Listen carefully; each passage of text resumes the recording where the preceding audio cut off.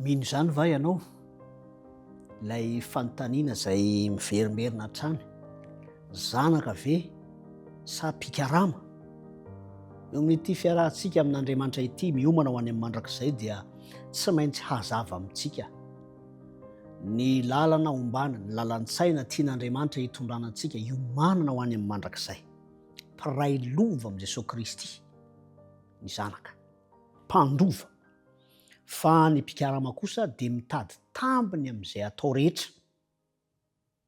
Ary eo amin'ny zavatra atao izy dia mitaky amin'Andriamanitra mihitsy. Indraindray mahalasa saina satria misy zao ilay fanambarana ohatra hoe izay manety tena no asandratra, hafa misy ny andraisany an'iny.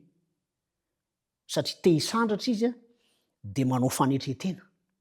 Dia efa fantatsika zany tia nambara hoe misy toe-jahatra be dia be zany eo amin'ny soratra masonao izay mivadika mihitsy mamaky ny tenin'Andriamanitra. Zay mantsy ilay voambara talohan'izao hoe ao an-trano anie ilay zanaka no manao fotom-pisaina ny mpikarama.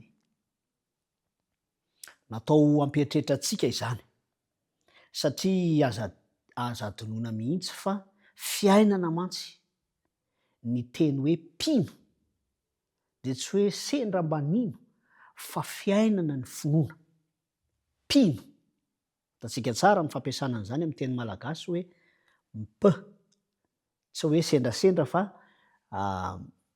atao hoe fanao mihitsy, fiainana mihitsy.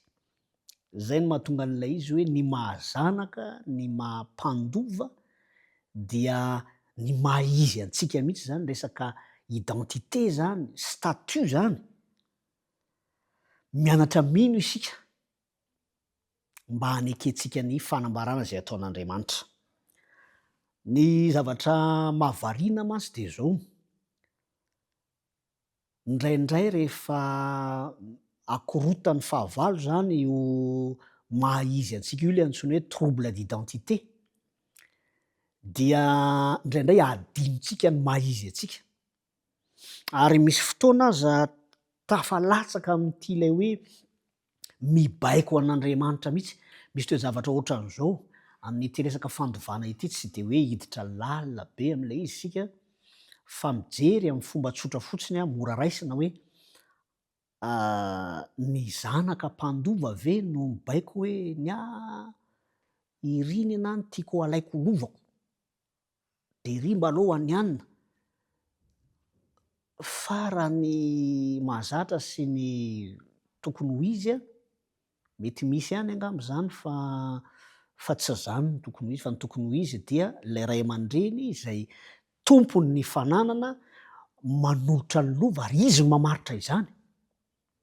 Ary raha toa aza ka tsy hamme izany izy, tsy te hampafantatra izany amin'ny fotoan'andro fahavelomany, dia ataony didim-pananana mihitsy zany, ka na rehefa maty azy izy dia mandeha araky ny rafitra ny fafahana mahafantatra hoe tia no anjarako, dia manaiky no anjara. Misy karazana hafanampo anankiray hitantsika ao amin'ny Jaona 3:10. Jaona 3:10 izay miresaka ny amin'ny nanasany Jesosy ny tongotry ny mpianatra.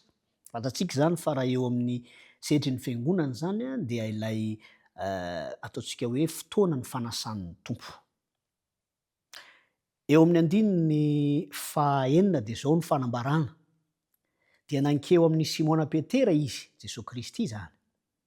Fa ho Petera tany: Tompoko, ianao va no anasan'ny tongotro? Jesosy Kristy zany efa manana ny ataontsika hoe lalan-tsaina hitondrana ny fanadiovana eto, satria fantatsika tsara ny foto-kevitra zany hoe fanasan'ny tompo zany. Misy aloha ny fanasa-tongotra, dia avy eo mandeha ireo tandindona. Fa zao Jesosy Kristy zany efa Aman-Driamanitra azy dia izy no mitondra ny taridalana, dia manao ataontsika hoe fanamarina zany ny hafanam-po hoe ianao ve no anasan'ny tongotro? Satria raha normal manko zany tokony anasan'ny tongotro ao. Eo izy tsy manasa, fa rehefa miditra an-tsehatra Andriamanitra dia ohatran'ny hoe te hibaiko ve sa entiny hoe nenjeny eritreritra. Jesosy Kristy namaly 7 ka nanao taminy hoe zay ataoko de tsy fantatrao ankehitriny mba ho fantatrao raha hatr'izay na mahalala isika na tsy mahalala ataon'Andriamanitra aloha ny fomba izay atakarantsika sy ananantsika zo alalany mandrakizay. Izy no efa nanomana an'io de izy no manolotra ho antsika n'lay taridalana. Mitoy ny atao hoe tantara zany. Hoy Petera indray taminy, sanatria raha nasa ny tongotro ianao. Jesosy namaly azy hoe raha tsy ho sasako ianao de tsy manana anjara amiko. Mbola azontsika tohizana zany tantara izany. Fa io misy lalana efa napetrak'Andriamanitra ny amin'ny mandrakizay. Finoana no anjarantsika ka raha sainy manao zavatra tsika ao am'izay ataontsika hoe fandehanantsika amin'ny finoana izay de tsy manohitra isika. Ny zavatra tena atahoran'ny olona mantsy de ny hoe ny tsy fatakarana n'lay hoe finoana sy asa. Indraindray ny olona manao hoe finoana de ampiana asa. Zany hoe miezaka zany ianao milaza hoe za tompoko de mino de ampiako asa le izy. Fa le izy anie tsy zay, finoana miasa le izy. Zany hoe ny finoana zany rehefa tena iombonanao amin'Andriamanitra zany ny finoana de Andriamanitra mihitsy no manatanteraka n'iny finoana io ho tonga asa. Ka na ianao aza gaga tsy vokatry ny kajikajy hoe raha ny tokony ho izy mantsy za zao ny tokony hanasa ny tongotro ao. Rehefa tena nandinika tena sanatria nga ianao tsy tokony hanasa ny tongotro mihitsy. Na tsy mahalala na inona na inona aza Petera fa ho fantany ihany zany aoriana manaiky no anjarany. Ary izany ry havana malala no fanandramana ny amin'ny hoe ao amin'ny Kristy mino tsy be kajy ny amin'ny hoe zany fiainana mandrakizay zany mantsy ataontsika ohatr'izao ny fanaovana azy de hoanitsika de efa betsaka ange nanao an'izany.